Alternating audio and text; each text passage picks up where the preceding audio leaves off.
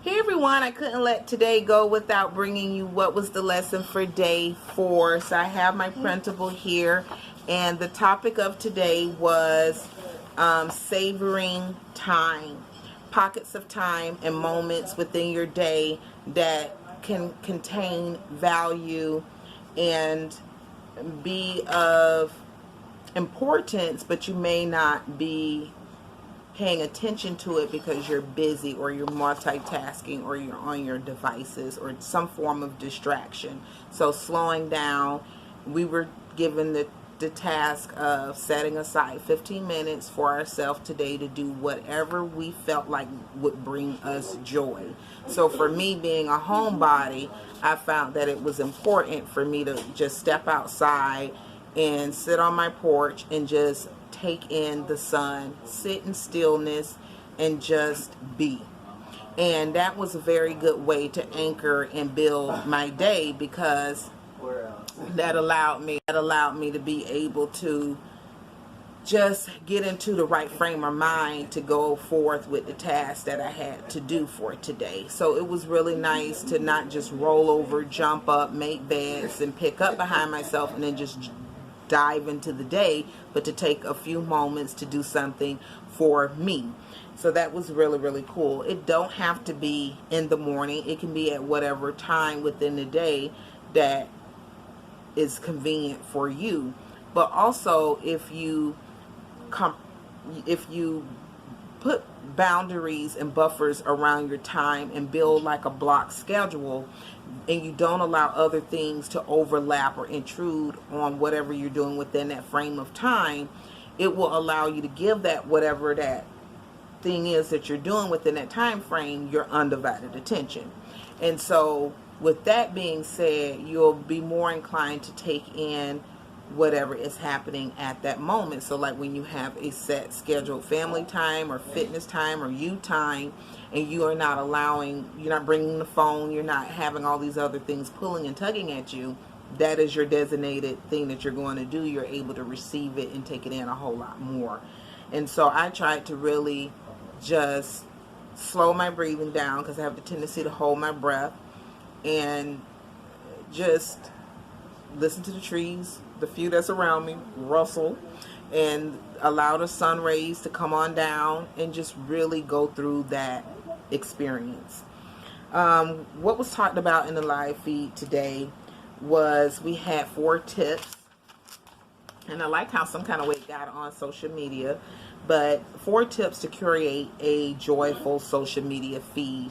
And this is something I do already mediocrely, and so it just encouraged me to really hone in. Now I have to do part 2 tomorrow, because my email, I already knew going into it, was going to be a pain in the tush. It's going to take some extensive focusing to unsubscribe to a lot of emails. But tip number 1 was pay attention to how you feel afterwards. Do you feel great or do you feel less than?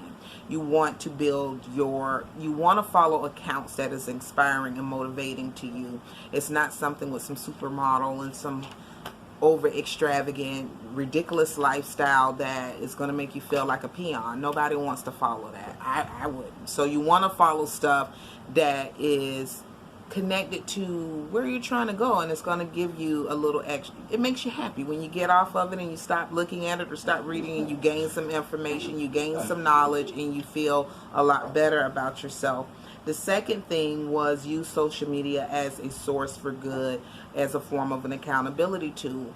When I am trying to eat properly or I'm working out, those are things that I do post and I do share. Not as frequent, but I do put that out there, and that is something that you could use it for. I also follow a lot of accounts that is connected to the world of fitness and health and mindfulness and keynote speakers and things like that. It's because those are the things that I'm interested in. So I do try to follow those and not have it too dominated with things and stuff and more merchandise and things. I try to, weigh it out and follow accounts that I'm going to leave it not feeling empty, and that I just use my commerce. I love how she has that in the book, my expendable time, because once it's gone, right? So I don't want to use my time ineffectively, in a sense. So I like that.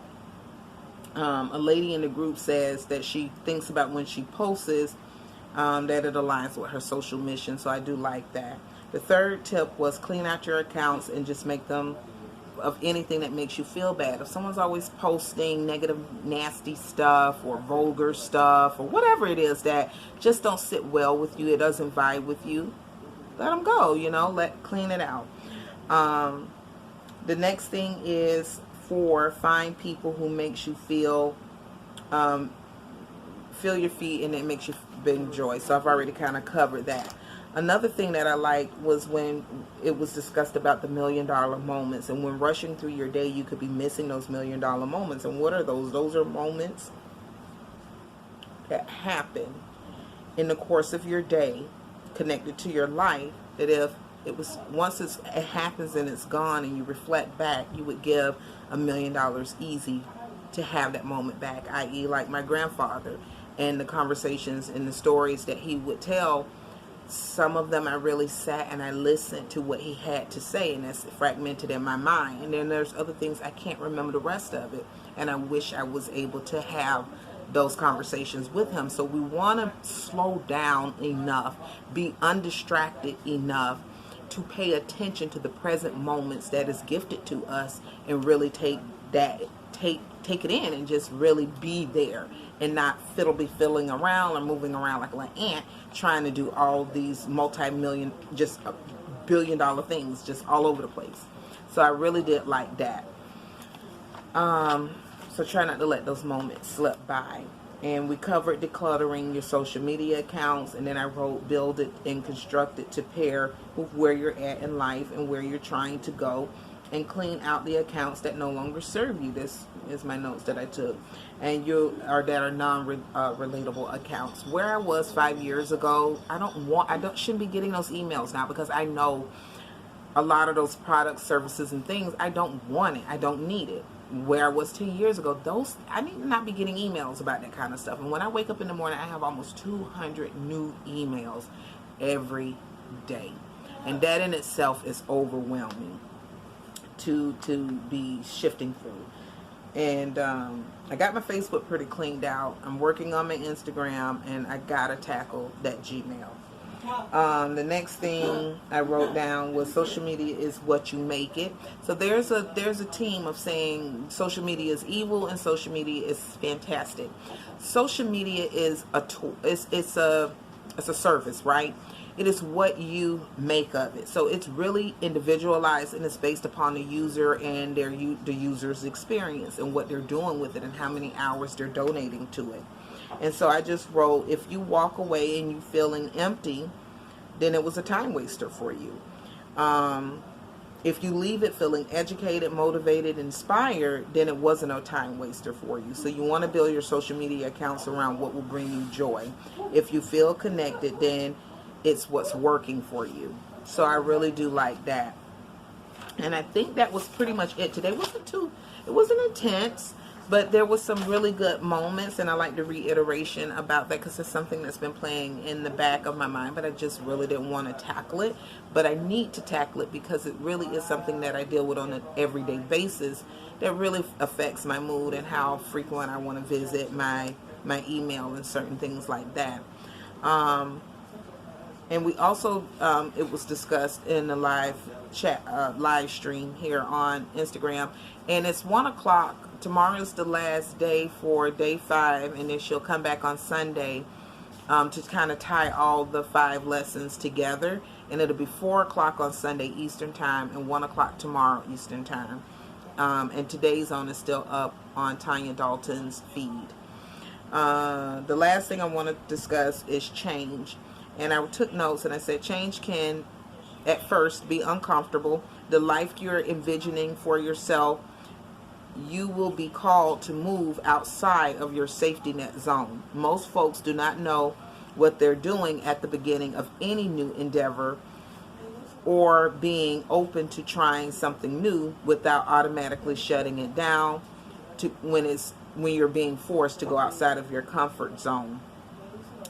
Let's see here now.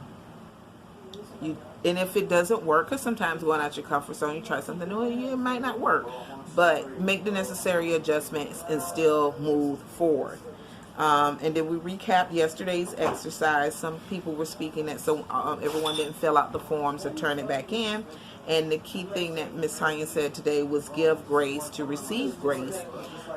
If you were in that position and you were busy and wasn't able to fill out the form for your friend, you would want your friend to give you the same grace that we need to be giving them. I didn't take offense, so what I got back, I was appreciative for it, and I was happy with it. I had already started writing for myself, so I was already, pretty cool with it, you know what I mean?